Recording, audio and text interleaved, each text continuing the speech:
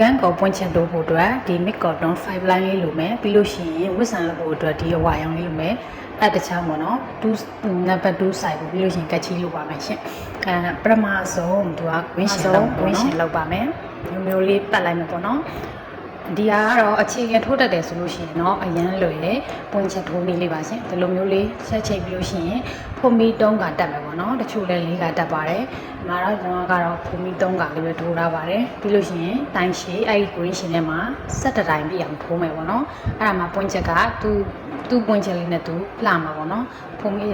တိုင်ရှည်17တိုင်ထိုးပါမယ်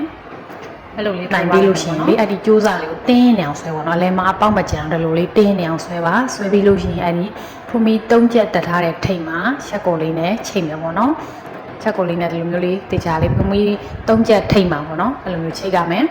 အဲ့ပြီးလို့ရှိရင်ဖုံမီ3ကထပ်တက်မယ်ပေါ့နော်ဖုံမီ3ကလိုမျိုးလေးဖုံမီ3ချက်ပေါ့နော်ဖုံမီ3ချက်ထပ်ပြီးတော့တက်မယ်အဲ့ပြီးတာနဲ့တိုင်ရှည်ထိုးမယ်ပေါ့နော်အဲ့ကိုတစ်ခါရစ်ပြီးတော့